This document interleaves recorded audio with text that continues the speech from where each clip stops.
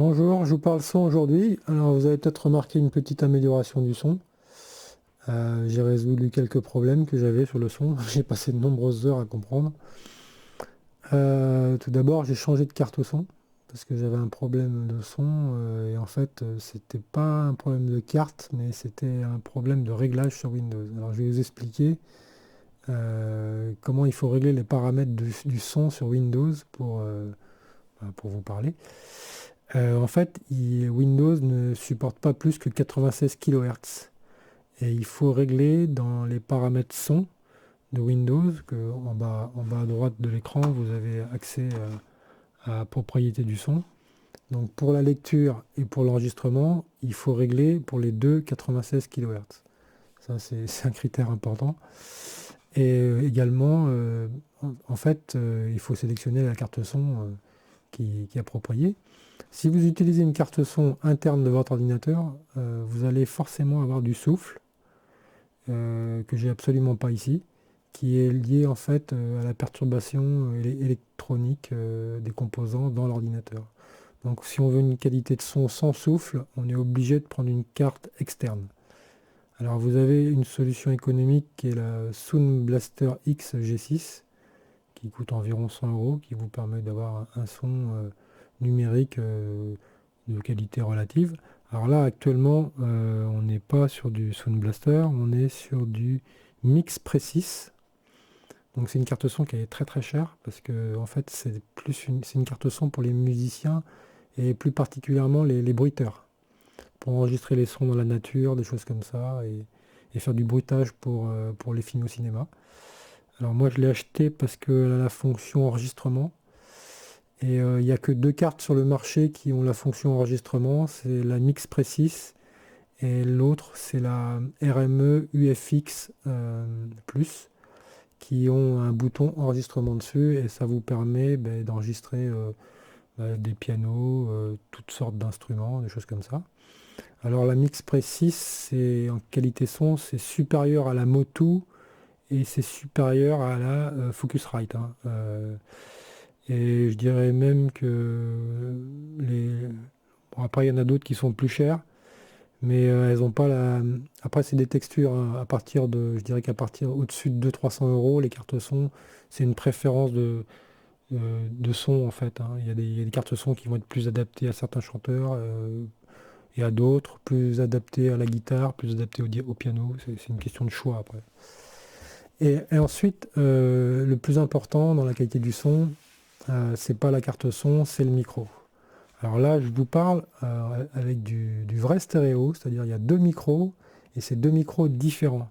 Donc ce qui a reproduit, alors j'ai fait différents essais, c'est intéressant d'utiliser deux micros différents parce que ça va vous créer un vrai effet stéréo, parce qu'en fait, chaque micro a des qualités sur certaines fréquences, et quand vous n'avez pas le même marque de micro, même pas le même modèle, vous allez avoir un son un peu différent à droite et à gauche qui donne un effet spatial. Alors je sais pas si j'écarte, peut-être ça augmente l'effet stéréo, ou si je le rapproche, ça je sais pas, j'ai pas fait d'essai là-dessus. Alors là vous avez un AKG C214 qui est le micro, apparemment le meilleur micro pour enregistrer les instruments. Alors c'est aussi un micro de chanteur, mais c'est pas le préféré des chanteurs. Mais pour les instruments, il paraît que pour le piano et pour la guitare, il est formidable. C'est pour ça que je l'ai acheté d'ailleurs, c'est pour le piano. Et l'autre, c'est un Sennheiser MKE 600, qui est un micro canon. Donc qui est vraiment, faut vraiment bien l'orienter, parce que sinon, si je pars comme ça, celui-ci il va bien prendre le son, mais celui-ci il prend plus le son. Alors celui-ci il prend le son tout autour quasiment, alors que celui-ci est très directionnel. Et ça, c'est un micro de perchiste qui est utilisé dans le cinéma pour sa texture, voilà, simplement. Et qui est très silencieux et qui nécessite Alors, les deux micros ici, ils utilisent des alimentations 48 volts. Et on peut dire que globalement, tous les micros 48 volts sont meilleurs en qualité. Alors, par contre, là, c'est un set son plutôt de musicien qui est très coûteux finalement. Parce que là, vous avez 300 euros ici. Il doit y avoir 250 euros ici. Il y a 1200 pour la carte son. C'est hors de prix là. Bon, vous pouvez avoir une carte son Focusrite ou une Motu à 200 € hein, ou même à 150 € et avec des micros qualité et beaucoup baisser le budget. Mais vous pouvez aussi baisser encore plus le budget en utilisant un micro USB. Et c'est pour, si c'est juste que pour parler sur le web, franchement, la solution technique, c'est le micro USB, sans aucun doute. Alors vous allez par exemple chez Thomann, puis vous trouverez des micros USB, vous pouvez même trouver le SM7 en USB.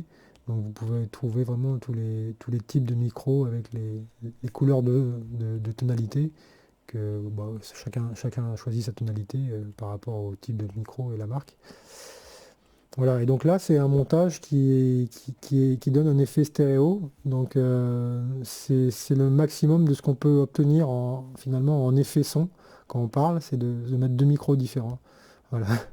Donc vous pouvez, j'espère que vous pouvez apprécier le son. Enfin, forcément, si vous avez un ordinateur et puis vous n'avez pas l'équipement pour écouter la qualité son, vous verrez aucune différence, hein. Sur les ordinateurs portables, le son, enfin, même les meilleurs ordinateurs portables ont des cartes son exécrables, ce qui oblige à acheter une carte son externe que l'on branche sur USB.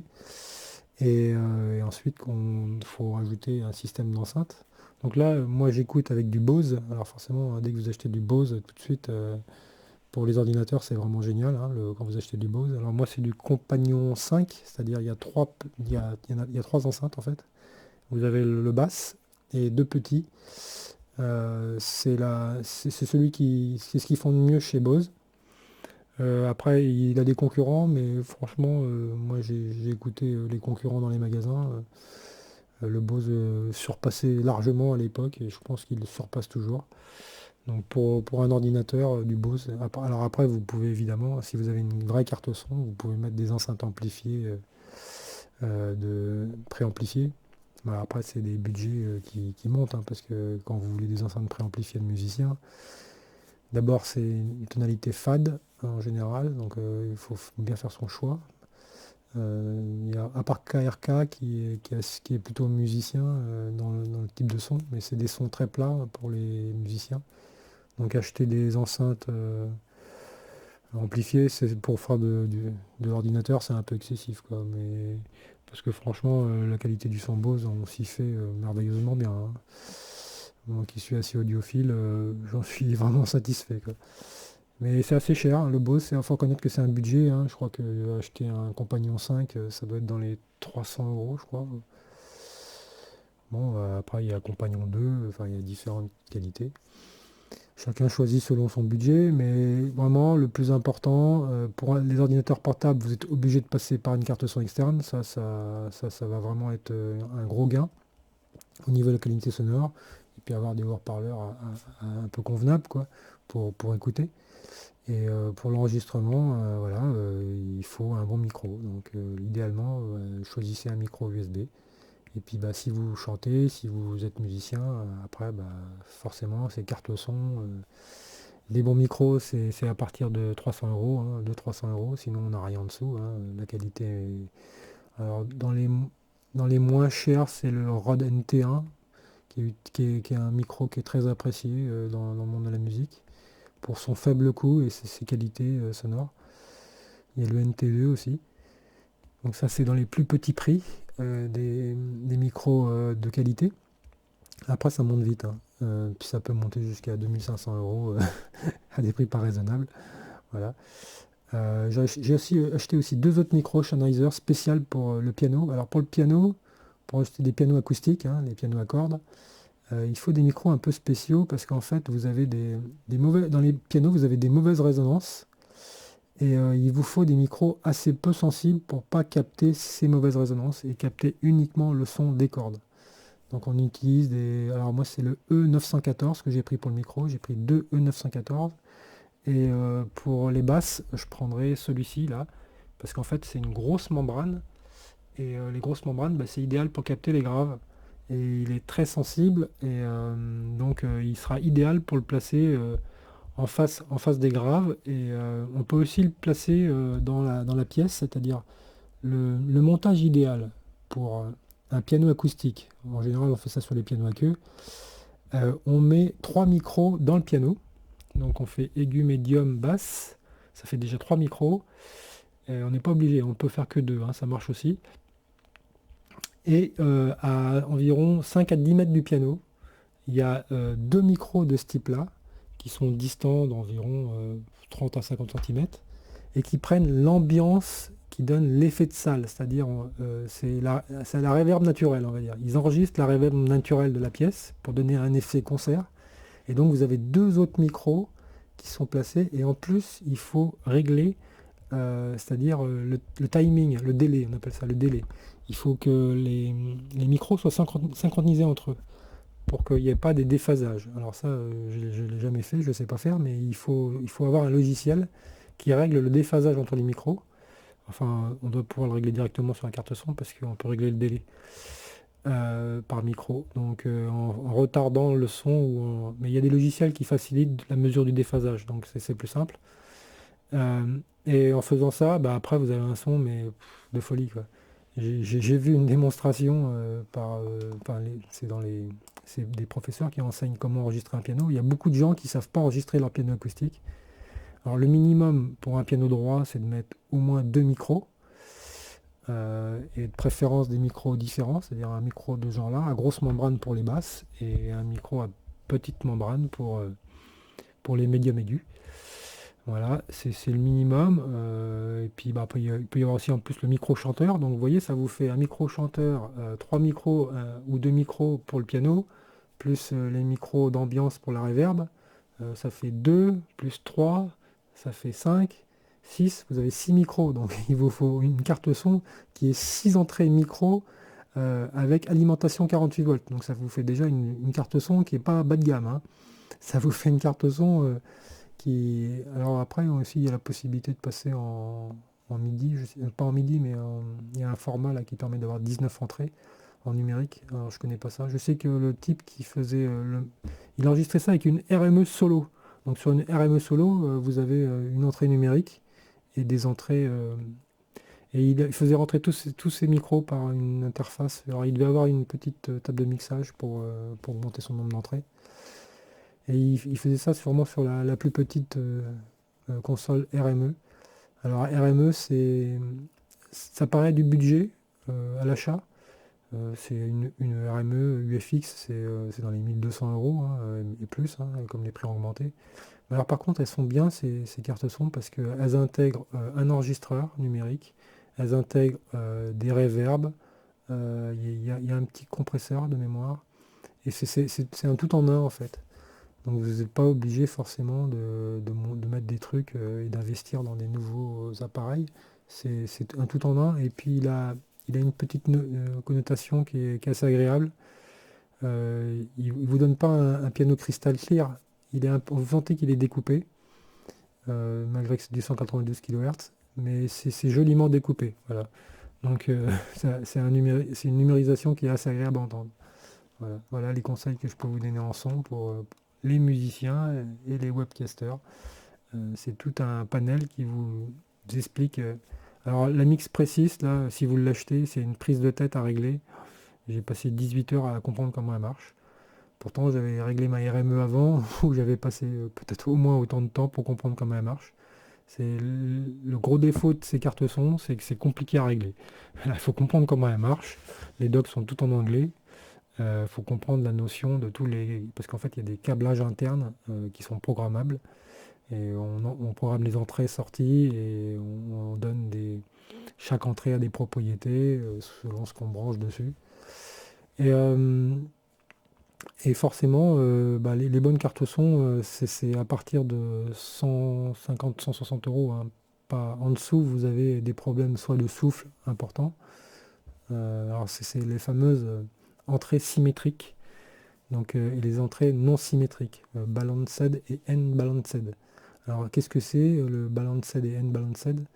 En fait, c'est quand vous avez des entrées symétriques, vous avez des entrées silencieuses. Et quand vous avez des entrées unbalanced, vous avez des entrées avec un bruit, mais c'est pas gênant pour renvoyer sur une sortie. C'est-à-dire quand vous sortez d'une carte son, vous êtes souvent, quasiment tout le temps, unbalanced, c'est-à-dire vous êtes asymétrique, parce que en fait, comme vous envoyez de la puissance, vous avez pas mal de jus, le bruit qui est enregistré dans les fils, en fait, c'est ni plus ni moins que les fils qui font antenne, et puis on capte des parasites, et ça fait un bruit. Mais ça, vous ne l'entendez pas en sortie, parce qu'il y a beaucoup de puissance, et en général, c'est pour alimenter des haut-parleurs. Donc ça sert à rien d'être symétrique pour de la sortie. Par contre, pour de l'entrée micro, c'est très important d'être en symétrique. Donc c'est ça qu'il faut. C'est pour ça, les entrées symétriques, vous les avez à partir d'un certain prix. Et alors en Sound Blaster, vous n'êtes pas en entrée symétrique. Ça c'est sûr, parce que c'est un truc informatique. Mais comme il y a des filtres, c'est assez silencieux. Moi, je vais pas me plaindre sur la Sound Blaster. Mais sur les cartes son musiciens, c'est important de brancher les micros sur des entrées qui sont symétriques euh, pour justement ne pas avoir ce bruit de fond qui de toute façon est toujours difficile à enlever, même si on peut l'enlever à la MAO, au mastering, on a toujours une perte, quoi. L'idéal c'est d'avoir un bon enregistrement et puis de pas de retoucher derrière, quoi. C'est vraiment ça qui vous donnera le son le plus pur, le plus joli. Voilà ce que je peux vous dire sur le son. Je pense que je vous ai tout résumé en très peu de temps. Le son c'est très compliqué, donc si vous voulez de la qualité son, bah, vous pouvez prévoir de nombreuses heures à comprendre dans le détail et à faire fonctionner les appareils, sachez-le. C'est pour ça que je vous recommande, si vous faites que du podcast, micro USB, ça vous simplifie la vie au moins de 100 à 1000 fois. Voilà, allez, au revoir.